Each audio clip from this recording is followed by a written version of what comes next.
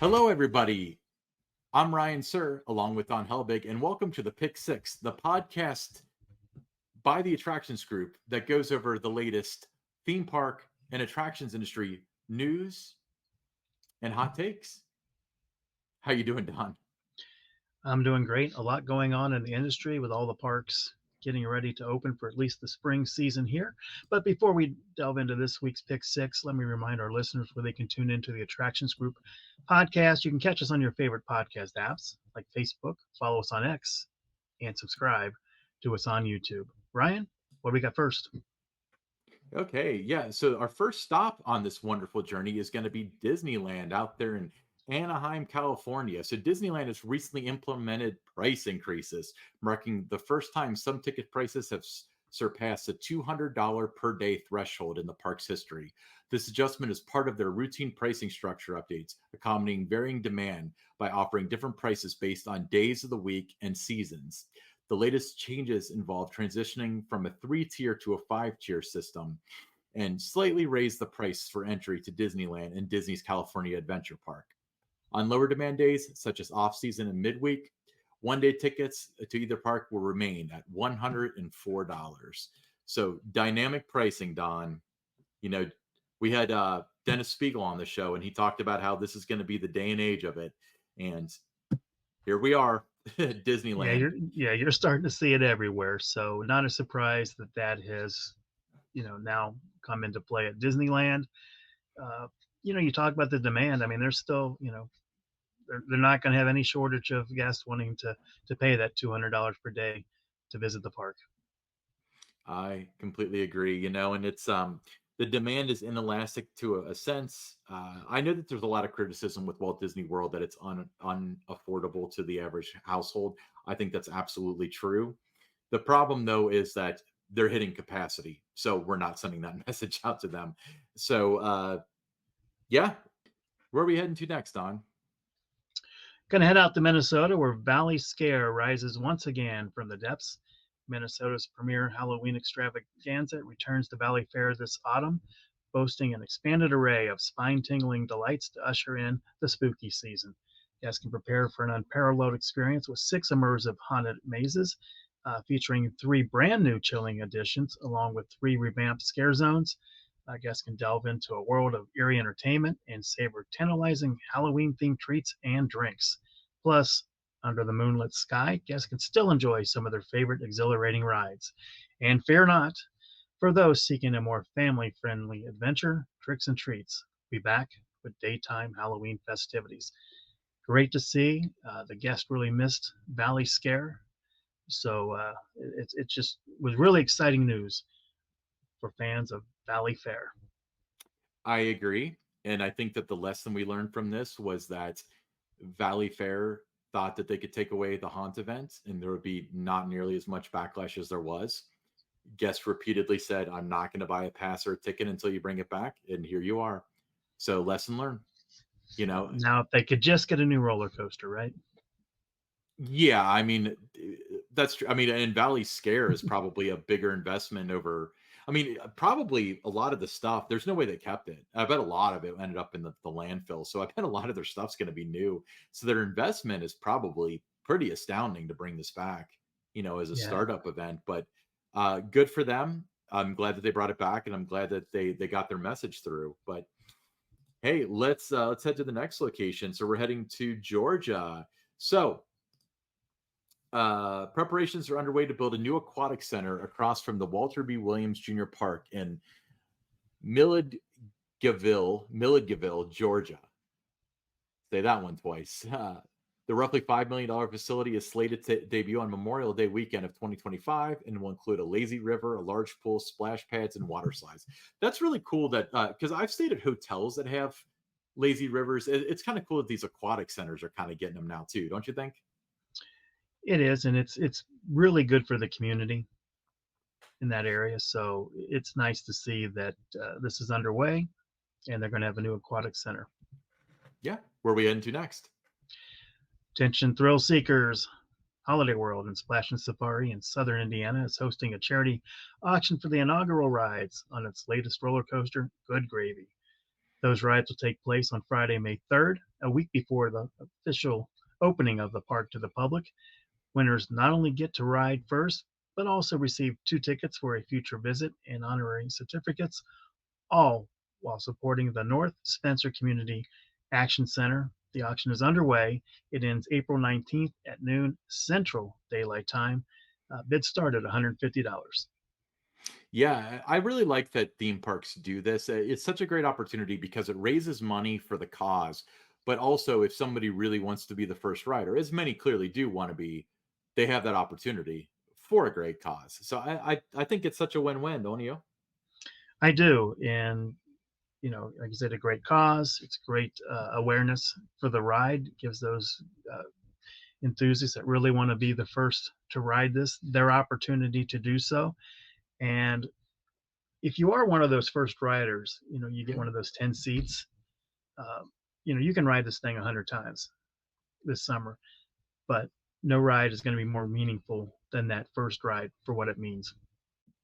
Yeah, I agree. It's going to be meaningful and it's going to be kind of novel too, because if you're a Holiday World fan, this is going to be right before the park opens to the public. So you'll always associate that with the park opening. I remember with, the Banshee events and the Diamondback auction and stuff. That was the way I always thought about it was I do get to be the first rider on this, but also, you know, the park's open this weekend finally after a long off season. So good for them. So we're going to be traveling now to Sandusky, and huge news out of Top Thrill 2.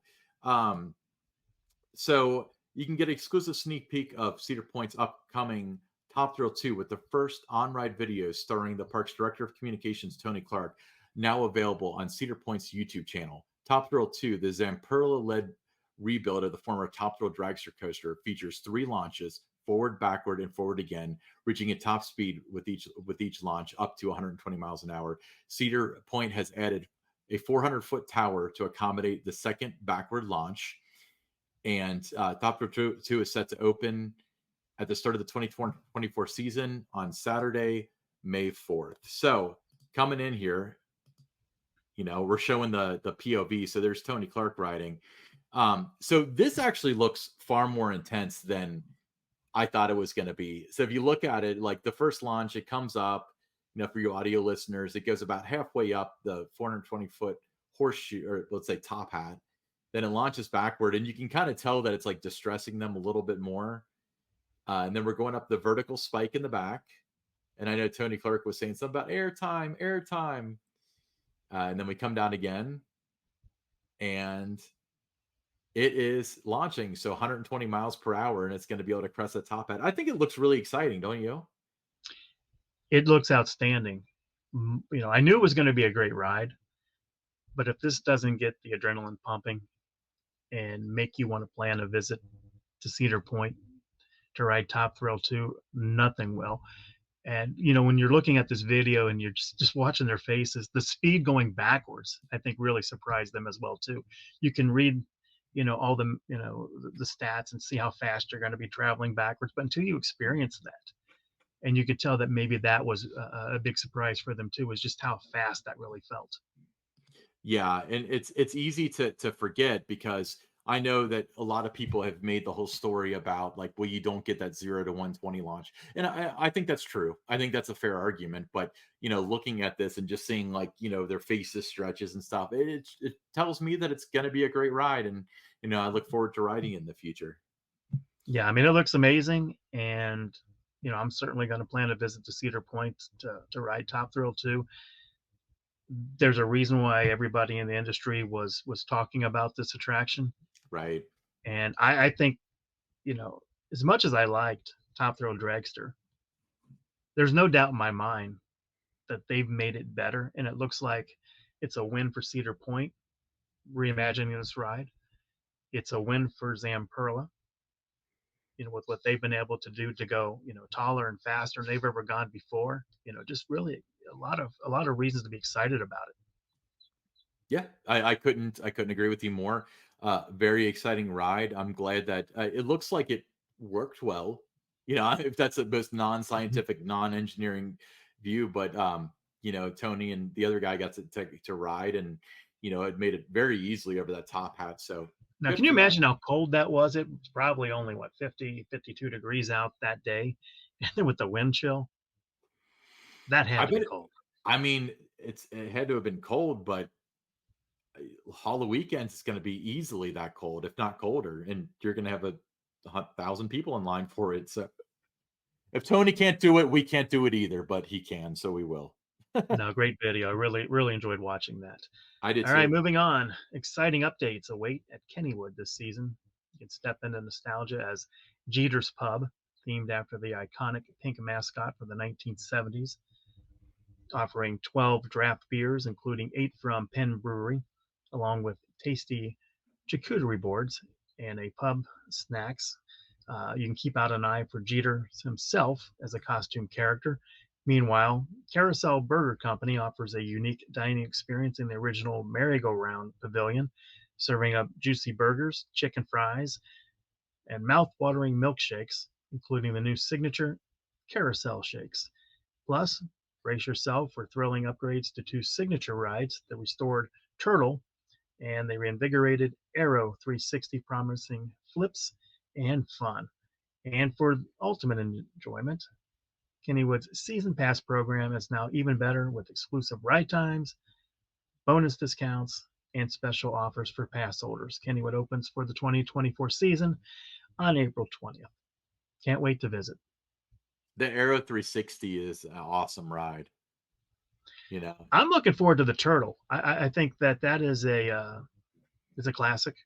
It was not open when I was there last fall, but you could see where the refurbishment that was taking place, and really looking forward to that attraction. Yeah, absolutely. Okay. Very cool. Let's move on to the listener question. So, the listener question comes from Glenn Buckner. He said, "Was Cedar Fair the more successful company? Why go with Six Flags as a company name after the merger with Six Flags?" What's your take on this? Well, I mean, it makes all the sense in the world to go with Six Flags. It's the more well-known brand across the world really. It's well known, whether it's suppliers, it's theme park goers, it's potential sponsors. Everybody's heard of Six Flags. You say Six Flags, it's an amusement theme park. You say Cedar Fair, and people ask, "What's that?" If you ask the average person in Cincinnati who owns Kings Island, they're going to tell you Cedar Point Yes. owns Kings Island, not Cedar Yeah. Fair. So it's just the name recognition. There was no question it was going to be known as a Six Flags company, unless they came up with a totally different name, and then that sets off a whole new you know Yeah. thing that you have to kind of build yourself back up. But if they got to sit down with whether it's a manufacturer to put in new rides, or you're talking with potential sponsors, car dealerships, Coca-Cola, any of those kind of brands out there that you want to partner with, you get into the room easier if you say you're with Six Flags than Cedar Fair. Yeah. Now, playing devil's advocate, um, I remember when the incident happened on Superman Tower of Power at Kentucky Kingdom, and I feel like on the early days of social media, everybody thought it happened at their park. Because even in Cincinnati, people were saying like somebody died on Drop Tower, which wasn't true at all. Nobody died in this incident whatsoever. But a lot like the nomenclature, shall we say, locally for everybody, Six Flags Fiesta Texas, over Texas, and so on. They just refer to it as Six Flags. So when something happens at a Six Flags park, a lot of people assume that it's at their park. Yeah, So I mean that's that's that's something to get. that's the downside to it, but Mhm. the bigger picture is just that you're going to have more brand recognition being known as a Six Flags company than Cedar Fair. Yeah, and it's a weird merger because aren't they trading under FUN on the stock market? Right. Yeah. And Keeping the stock market with fun still with yeah, FUN. they're gonna make that fun, and they're gonna be based out of Cedar Fair's satellite headquarters in Charlotte, North Carolina, rather than out of Texas or Sandusky. So weird stuff going on. And, obviously we're going to watch this closely and it'll be very interesting to see how it unfolds. But Question for you, Ryan. If you were a member of the corporate team and uh, they told you, okay, you got a option here, do you want to live in Arlington, Texas, or do you want to live in Charlotte, North Carolina? Which place are you picking? probably Charlotte, North Carolina. I've always heard good things about North Carolina.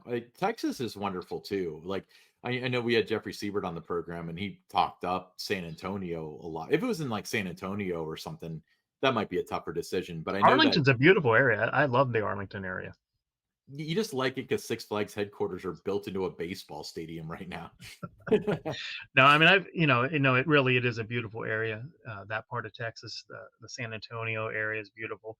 But yeah, I mean, if I had to pick one of the two, I would go with Charlotte. I lived in North Carolina for a little over a year and absolutely loved it. I had several, stints as an interim PR person at Carowinds. Mhm. So that's like a second home to me almost is Charlotte. Yeah. Cool. All right. Very good question. Thanks so much. Hey, we'll be back next week with some more pick sixes and awesome guests and stuff. But I'm Ryan Sir along with Don Helbig. Thank you for listening to the Attractions Group podcast.